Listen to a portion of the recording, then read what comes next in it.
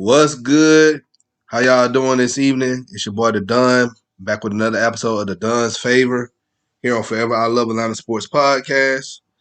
Um, we having some technical issues, live streaming, so we'll just record. You guys are uploading onto our YouTube channel, and then we'll also share it on Twitter and Facebook as well. But in the meantime, just bear with us. We will be live streaming again soon. Hey, I want to give y'all my insight on the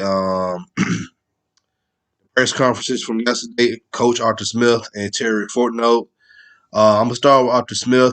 Two things that stood out for me was holding players accountable. All right, this is something that for a long time you go all the way back to Arthur Smith. Not Arthur Smith, Mike Smith. I'm getting the Smiths mixed up. This was a huge issue on the nose coaches, not holding players accountable.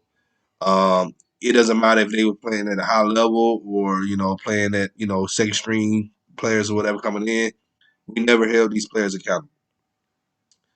I like that out of him. Just to make sure these players are entitled to a job, entitled to a starting position. The best player will play.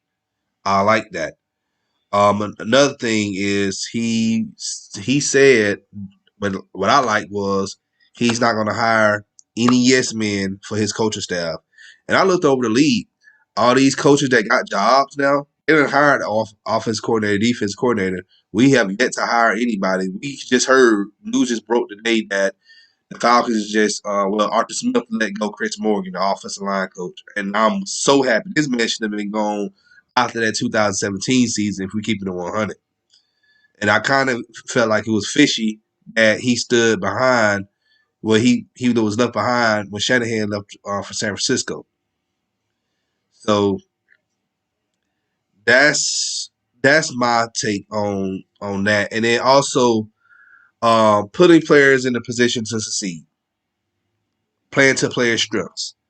I love what he said with that because we've seen how we drafted players not playing them where they need to be at. Hence, we have Vic Beasley playing defensive end. He's outside linebacker. Drafting players that's not even starting. We don't even know what we got a Quadra Olsen, Deidris or not, those guys. So I love what he said. Playing to player strips and then also adjusting. Adjusting is the most important thing, you guys, all right, for a football team. You got to look at trends, and this is why I like the Arthur Smith hire. And I told you guys that he is a very analytical coach. He studied what teams are doing in the league, and he used analytics to beat his opponents.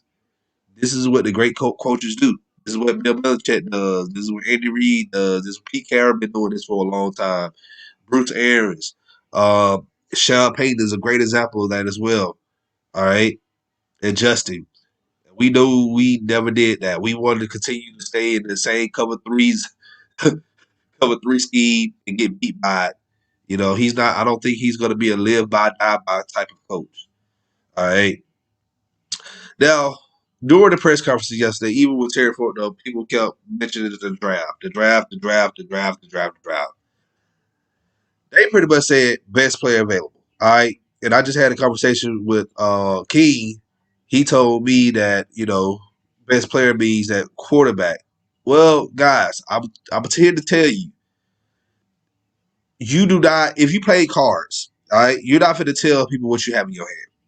All right. You want to let the other 31 teams know nothing what you're trying to do. Because you don't want them to try to jump ahead and get your player. And if you try to trade out or whatnot, or trade back, you don't want to seem to be desperate. All right. This is all, it's a poker game. All right. Or spades, like I like to play. It's all a spades game. All right. You're not going to just tell your other 31 GMs of the league, okay, we're going to do this. You do that, you pretty much gave away your draft strategy. So everybody gonna sit up here and say best player available. Best player available means best player available what we need, or the best player available at the position we're trying to get. Could be defensive end, could be safety, could be anybody. I just don't want y'all to get y'all hopes up. All right.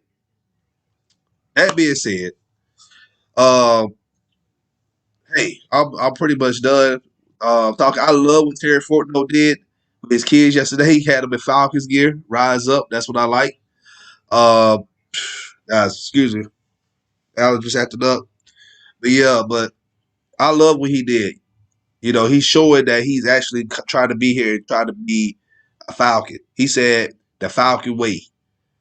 All right, Falcon football, Falcon business. I love that term. All right. So him and Fortno and Arthur Smith, they're gonna work side by side, like they said. We go. Hopefully, we see this. We heard this 5 years ago under Dan Quinn when they came there, thinking that Dan Quinn had control over the 53-man roster, and we turns out he didn't have any control over that. So we're gonna actually see how much power Smith is gonna have with the 54, the 48, whatever the case may be. All right. Uh, hey, be on the lookout for coaching firings and coaching hires for the staff because I'm going to be tuned into this. All right. If you're new to the channel, y'all already know what to do. Hit that subscribe button, hit that like button, share this content out with Atlanta Sports Fanatics, and hit us up in the comment section. As always, I'm Holla at your Whole Town Sports Podcast. It's your boy, The Dub, with another episode of Doug's Favor. I'm out. Y'all have a great evening.